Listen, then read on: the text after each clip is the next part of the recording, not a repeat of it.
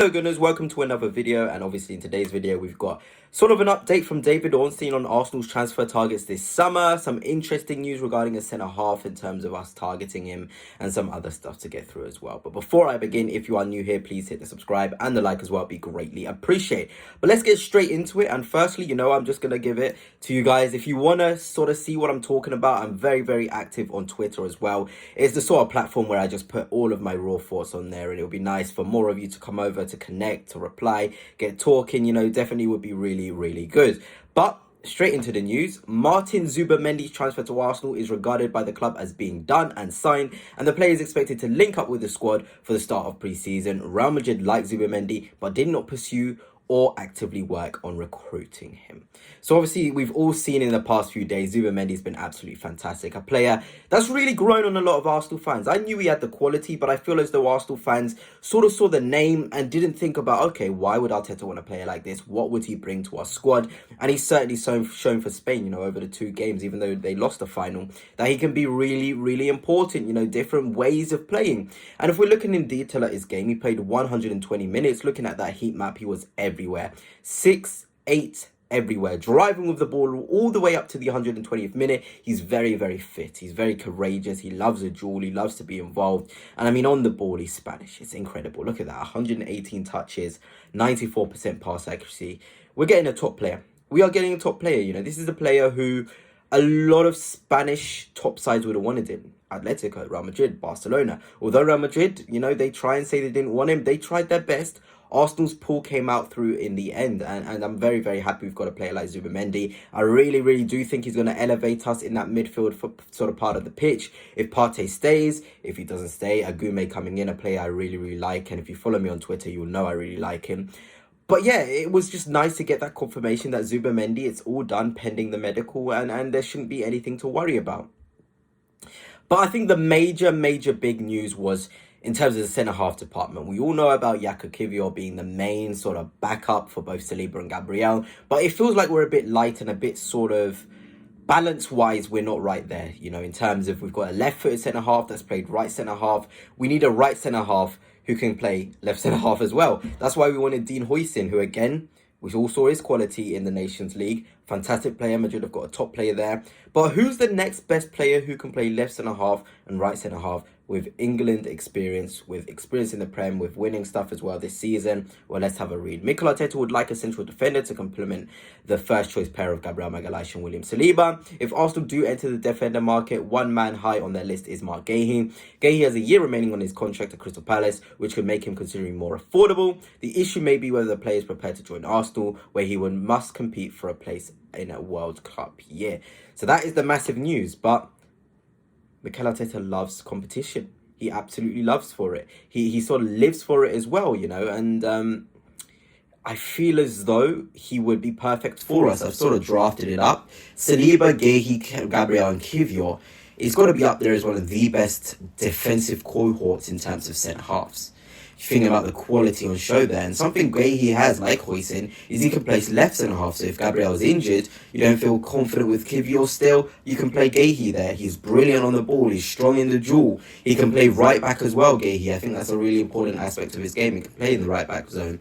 And look, competition creates the best in us. I feel like there's at times where Saliba needs a little bit of push about someone being in and around him. Gabriel as well, as good as he is, giving him a new contract as well, which is fantastic news. He needs a little bit of a push. So I just see positivity with a deal like Guehi. Anything under £40 million, I'd certainly go for it. And you're looking at a player who's always consistently fit, except for that 1 year where I think he had just a bit of an injury for Crystal Palace. He's played 40 plus games across all competitions. That's ridiculous availability.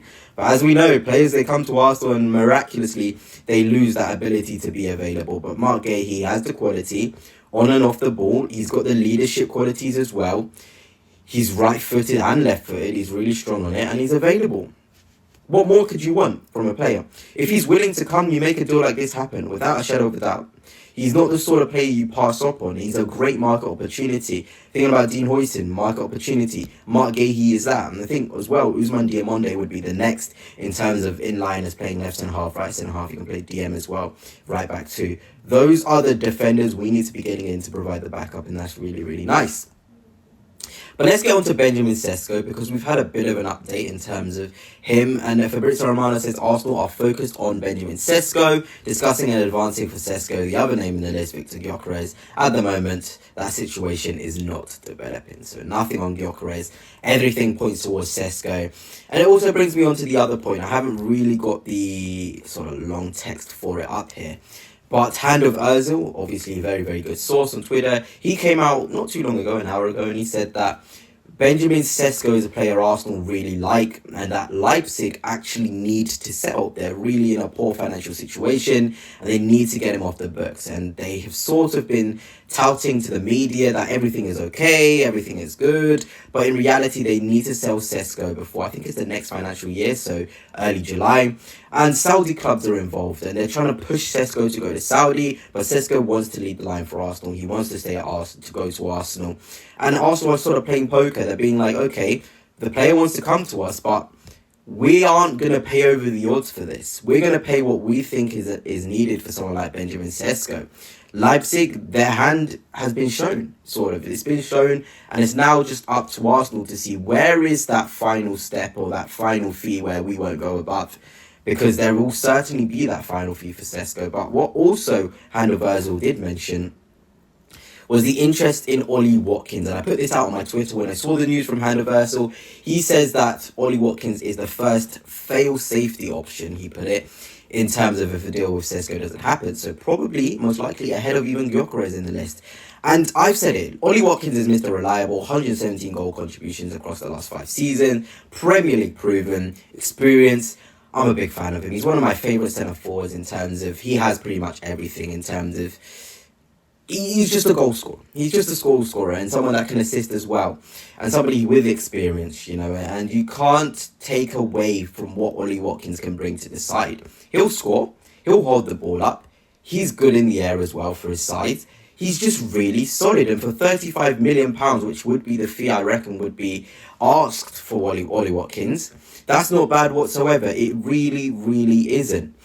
And well, we'll sort of end on Rodrygo, because again, Hand of Ozil was sort of making posts saying that Rodrygo is all in his hands. He's the one to make the decision. Arsenal were willing to push really hard. There was also another ITK who came out to say that Rodrygo is 80% closer to Arsenal. And of course, Marca, one of the, I would say, the biggest Real Madrid propaganda machine, says that Rodrygo's current intentions is to leave Real Madrid this summer. So we may see some acceleration in this deal. The Club World Cup is coming out. They've just signed Manstuunu, or whatever you want to call him. He's a great player himself. So let's see. This one could genuinely happen. And there was this post that came out actually on Twitter again in terms of who would be your top 4 wingers. And I want you guys down below to let me know. Let me know, reply. If it's between, and I want you to use Barcola, Rodrygo, Nico, Leao, Semenyo. Just give me your top 4. This post specifically told us to do it between these 4, but this would be mine. I really like Barcola. 1v1 I think is brilliant, and Rodrygo will be up there, but the conditions have to be right for him. You guys know about me saying he has to be a second striker, or we need an attacking fullback so we can make him play more inside the pitch. Nico Williams, we saw him for Spain. He's just really dangerous, really a good threat. But one thing is for sure, that left wing market is stacked. You can't really go wrong, so that's a massive positive. But anyway, guys, that's it for now, and on to next time. Peace.